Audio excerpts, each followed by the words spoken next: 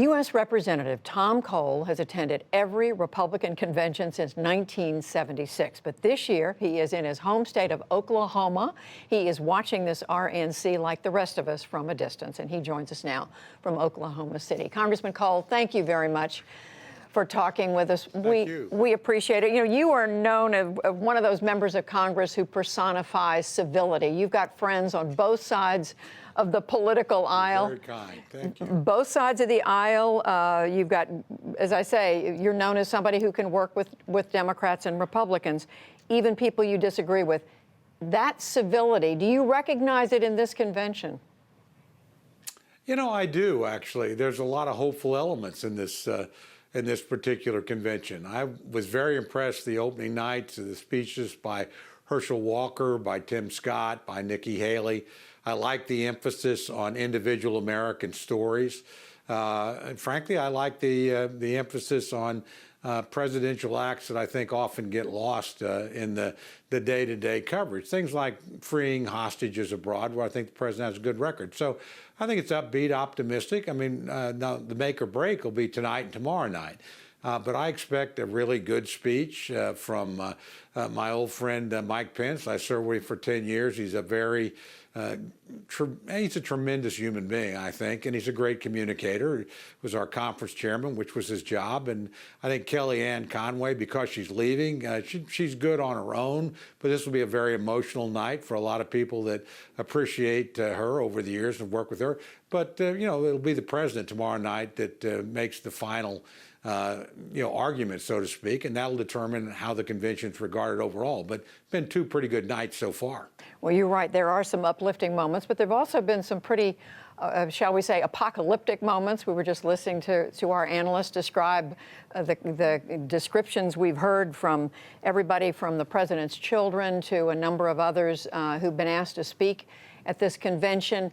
Is that the right approach, do you think, for the Republican Party to take going into this election, to say the other guy is going to lead us down the road to ruin and destruction, and you're looking at literally an existential choice here? Well, I think you have to remember this is an argument being made after the Democratic argument of last week, which, frankly, I found was basically a convention about why we don't like Donald Trump. There wasn't much else in there. There wasn't any hopeful vision about the future. So I think, part of this is actually defining an opponent who's been able to stay out of the media, out of the normal political mix because of the COVID crisis that we're in right now. And so I would have expected that. And again, there's always, you're supposed to define yourself and offer a positive vision, but anybody that's ever been around convention knows there's always going to be some punches thrown at the other guys. I think we saw that last week in spades, quite frankly, at the Democratic convention. I'm not surprised the Republicans are going to swing back. Well, you've served in Congress. You've overlapped with Joe Biden over the years. Both of you served at the same time. Is the description of him repeatedly as a socialist, somebody who is in favor of a government-run health insurance plan, which he is not, somebody who's in favor of defunding police, which he says he is not? I mean, how do you square that with the reality of what Joe Biden says, what he believes? Well, first of all, I like Joe Biden as a person. Look, I think he's a decent person. I've worked with him on violence against women, worked with him on the cancer moonshot. So he's certainly somebody that I can work with. But I also think he's abandoned a lot of principles that he's held. Look, he's outsourced his climate policy to AOC. He was a 40-year defender of the Hyde Amendment. That's now gone. His platform, basically, I think, was done in partnership with Senator Sanders. Again, these are choices he's made. So he's moved considerably to the left over the course of the campaign. And I think that's fair game for the Republicans to point that out. This is not going to be the Joe Biden of the 1970s or 80s or 90s who was a deal-making United States senator. This is somebody that I think has surrendered to his left wing and I think is likely to govern that way. We are seeing, and we've heard this conversation tonight, a lot going on in the country right now. And just this week, more racial unrest in the wake of police shooting in the back of a black man in Wisconsin. What should the president's approach be? I mean, the sense is We heard a little bit from the First Lady last night, but we have not heard from the President words that have, I think it's fair to say, calmed the waters of what's happened over the last few months. I appreciate very much with what the First Lady had to say last night. Look, what happened to George Floyd should never happen in the United States, and it's not an isolated or the only incident. So I think you have to recognize that. You have to recognize the pain and the legitimacy of peaceful protest.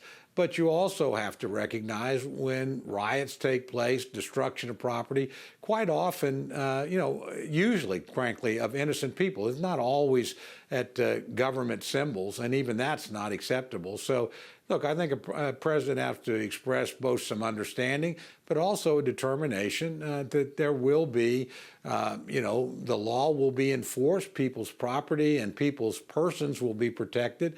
Where anybody has acted inappropriately, whether it's a public official, that is a law enforcement official, or somebody else, are going to be held accountable. So I think that's the appropriate balance to strike, but there is a balance here. And, I don't think we can, the government can turn a blind eye when police stations are burned down, when federal property is routinely attacked.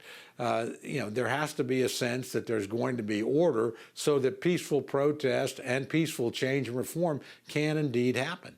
Two other quick things I want to ask you about, Congressman Cole. One is the economy. The president, we're hearing a lot at the convention about what a terrific job the president has done leading the economy. We know the pandemic, though, has taken a huge hit on people's jobs. Millions of Americans are out of work. Many millions will never get those jobs back.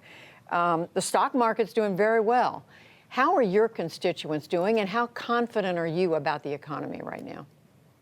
Well, my constituents, frankly, we're a little bit more blessed in Oklahoma. We're about, I think, 7th lowest in terms of infections and deaths per capita.